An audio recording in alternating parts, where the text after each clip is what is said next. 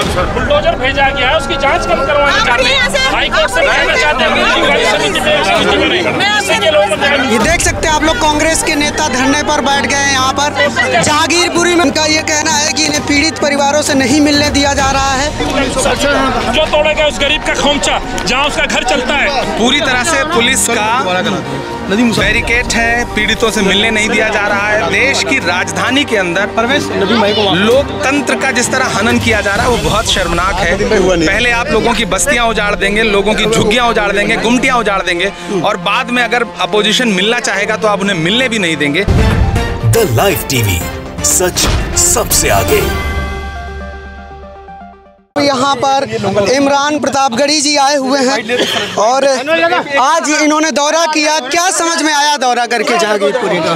पूरी तरह से पुलिस का बैरिकेड है, पीड़ितों से मिलने नहीं दिया जा रहा है। देश की राजधानी के अंदर लोकतंत्र का जिस तरह हनन किया जा रहा है वो बहुत शर्मनाक है। पहले आप लोगों की बस्तियां उजाड़ देंगे, लोगों की झुग्गियां उजाड़ देंगे, गुमटियां उजाड़ देंगे, और बाद में अगर अपोजिशन मिलना चाहेगा तो आप उन्हें मिलने भी नहीं देंगे। ये सीधे सीधे तानाशाही है और सरकार को सोचना चाहिए कि लोकतंत्र को बचाने और उसे संवारने की जिम्मेदारी सरकार की है, लेकिन सरकार खुद ही लोकतंत्र का हनन कर रही है। ये बहुत शर्मनाक स्थिति है। लेकिन जिस तरह से एक के बाद एक घटनाएं पूरे देश में हुई, रामनवमी से शुरू हुआ, हनुमान जयंती तक चला, और इसके बाद जिस तरह से सरकार पे आरोप लगे कि सरकारी मशीनरी का दुरुपयोग हो रहा है इस पूरे में, इस पर कांग्रेस का क्या स्टैंड है या आपका क्या स्टैंड? देखिए, देश के प्रधानमंत्री जी वो हैं जिन्होंने न्यूजीलैंड के एक खिलाड़ी की उंगली में चोट लग गई थी, तब ट्वीट किया था कि मुझे बड़ी पीड़ा हो रही है।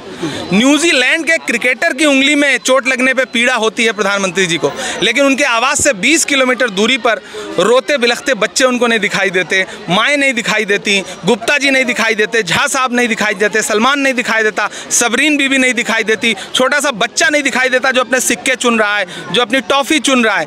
ये इस देश के प्रधानमंत्री का एक ऐसा चेहरा है जिसे पूरी दुनिया देख रही है। और प्रधानमंत्री जी PR करके मीडिया में अपनी छवि कितनी भी चमका लें, लेकिन पूरी तरह से फेल हैं। गृहमंत्री पूरी तरह से फेल हैं। पूरे देश की घटना पर सरकार की चुप्पी ने यह सवाल खड़ा कर दिया है कि ये जितने भी हादसे हुए हैं पूरी तरह से सरकार प्रायोजित है। लेकिन गृहमंत्री तो कह रहे हैं कि सख्ती से निपटा जाए, उन्होंने दिल्ली पुलिस को बाकायदा आदेश दिया है। हाँ, नहीं, उनके आदेश में एक तंज छुपा हुआ है, सख्ती से निपटा जाए, लेकिन जो पीड़ित हैं उनसे सख्ती से निपटा जाए, जो दंगाई हैं उनसे नहीं।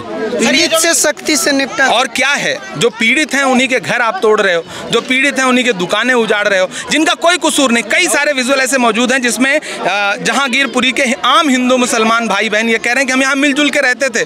कौन लोग आए जिन्होंने यहाँ दंगा किया? कौन लोग आए जिन्होंने माहौल खराब किया? कल एक अंशु नाम के बच्चे का वीडियो वायरल हुआ है जो ये कह रहा था कि ये मेरा भाई है किसी मुसलमान लड़के को और हम इसके साथ रहते हैं। कौन लोग हैं जिन्होंने हमारे बीच में दरारें पैदा कर दी? जब इसकी मस्जिद टूट रही थी तो मैं नहीं था, वरना मैं खड़ा होता। मेरी मंदिर टूटने जा रही थी तो ये मेरे लिए आके खड़ा हुआ। ये असली तस्वीर है जो जहांगीरपुरी की है। लेकिन भारतीय जनता पार्टी और उनकी ट्रोल आर्मी, उनका मीडिया पूरे देश को एक अलग तरह की छवि दिखाना चाहता है। जहांगीरपुरी की जनता को बदनाम किया गया है। जहांगीरपुरी के अवाम बहुत शांत है, गरीब लोग हैं, रोज़मर्रा की ज़िंदगी रोज़ कमा करके खाने वाले लोग हैं। इनकी झोपड़ी उजाड़ी गई। दरअसल किसी धर्म को सख्ती से नहीं, यहाँ गरीबों से सख्ती से निपटा जा रहा है। ये सरकार कहती थी हम गरीबी हटाएंगे, ये गरीबों को हटा रही है। गरीब विरोधी सरकार है, बाकी उसमें धर्म का चश्मा तो है ही। आपने क्या मस्जिद का दौरा किया? जो आरोप लग रहे हैं, जाने दिया गया। हमें नहीं जाने दिया गया।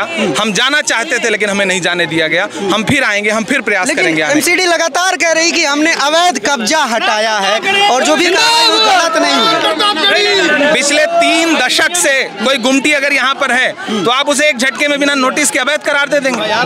आप जिसे चाहें वही मुंसिफ, वही कातिल, जिसको चाहें उसको गुनहगार करार दे दें। उसी का शहर, वही मुद्दई, वही मुंसिफ। हमें पता था हमारा कसूर निकलेगा, गरीबों का कसूर निकाल दिया गया। यहाँ देखिए, यहाँ सारे धर्मों के लोग खड़े हैं, सबके चेहरे पे एक परेशानी है। सब पुलिस की इस बैरिकेडिंग से परेशान है, सब पुलिस के यहाँ पे डिप्लॉयमेंट से परेशान है, लेकिन देश का गृह मंत्री, देश का प्रधानमंत्री आराम कर रहा है। लेकिन अरविंद केजरीवाल भी तो नहीं आए इन लोगों से मिलने। अरविंद केजरीवाल जी पूरी तरह से इस समय बीजेपी के दबाव में काम कर रहे हैं। उनकी चुप्पी बहुत शर्मनाक है। वो झुग्गी झोपड़ियों को नियमित करने की बात कर रहे थे और आज झुग्गी झोपड़ियां टूट रही हैं तो घर बैठे हुए। वो कह रहे बांग्लादेशियों को, रोहिंग्या को बसाने का काम बीजेपी ने किया। उन्होंने एक झटके में तमाम लोगों को बांग्लादेशी और रोहिंग्या साबित कर दिया। उनके एमपी का वीडियो सामने आ चुका।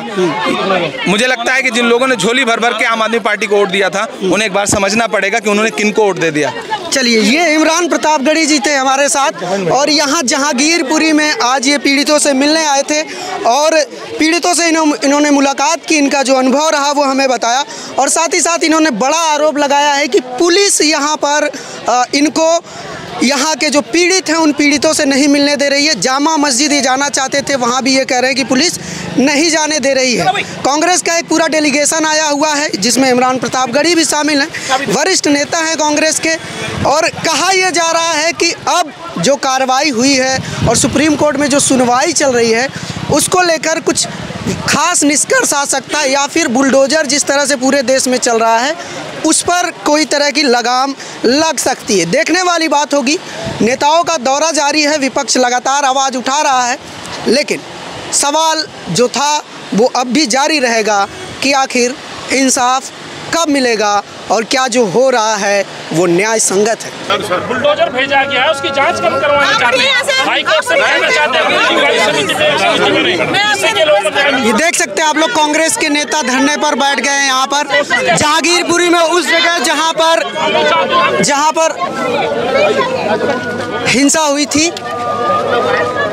और ये कांग्रेस के नेता यहाँ पर धरने पे बैठे थे, लेकिन इनको हटा दिया गया है। वो मीडिया से कुछ बातचीत करना चाह रहे थे, लेकिन इनका ये कहना है कि इन्हें पीड़ित परिवारों से नहीं मिलने दिया जा रहा है, और ये मिलना चाहते थे पीड़ित परिवारों से, लेकिन सरकार नहीं मिलने दे रही है। जो तोड़ेगा उस गरीब का खोमचा, जहाँ उसका घर चलता है। आज ये कानून को ताक पे रख करके, तमाम कायदे कानूनों को ताक पे रख के तानाशाही आदेश हो गया। कैसे हो गया? ये देश कानून से चलता है, भाजपा से नहीं चलता है। यही मांग लेकर डेलीगेशन आया था, यही मांग लेकर लोगों से मिलना चाहते थे, हमें नहीं मिलने जा रहा है। और जिस तरह से पुलिस कार्रवाई कर रही है, ये मैं इनकी मजबूरी समझता हूँ, लेकिन जिस तरह से प्रेशर है, जो जिस तरह से गृह मंत्री साहब दरवाजे खोल के बैठे हुए हैं पुलिस के लिए, बीजेपी के लिए हुए, तो गरीब आदमी कहाँ जाए?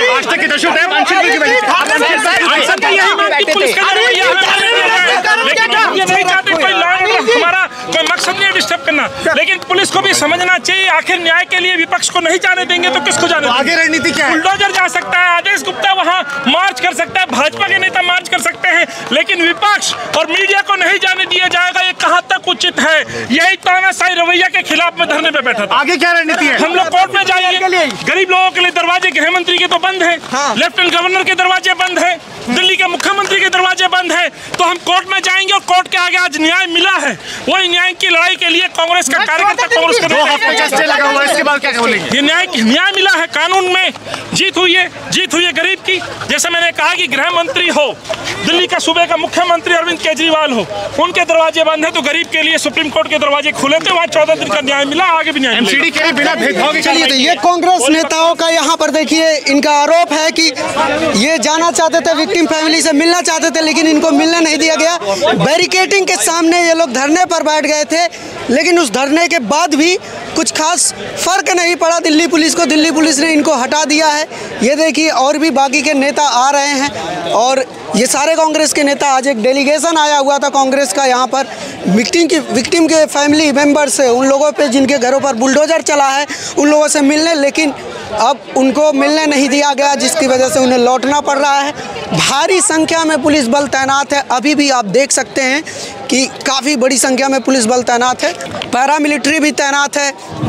आप देखते जाइए, मैं आपको दिखा रहा हूँ कि किस तरह से यहाँ से वहाँ ये वो, और ये देखिए किस तरह से बैरिकेडिंग की गई है। यहाँ पर इधर बैरिकेडिंग है, और इधर से आगे जो मैं आपको दिखाना चाह रहा था, अगर आप इससे आगे देखेंगे और इस तरफ देखेंगे, इस तरफ देखिए आप, इस तरफ मस्जिद आपको दिख रही होगी हल्की हल्की। बारिश शुरू हो गई है यहाँ पर हल्की हल्की, अगर आपको यहाँ पर दिख रही होगी। इससे आगे यहीं पर हिंसा हुई थी, और उसके बाद यहीं पर बुलडोज़र चला था। देखिए, इस घर के भी छज्जे तोड़े गए थे, इस दुकान के भी, और ये जो दुकान थी इसके ऊपर का हिस्सा भी तोड़ दिया गया था।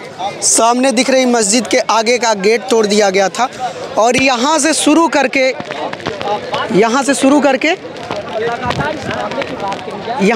करके और लास्ट तक जहाँ पर मंदिर पड़ता है वहाँ तक सब देखिए सब कुछ तोड़ दिया गया था।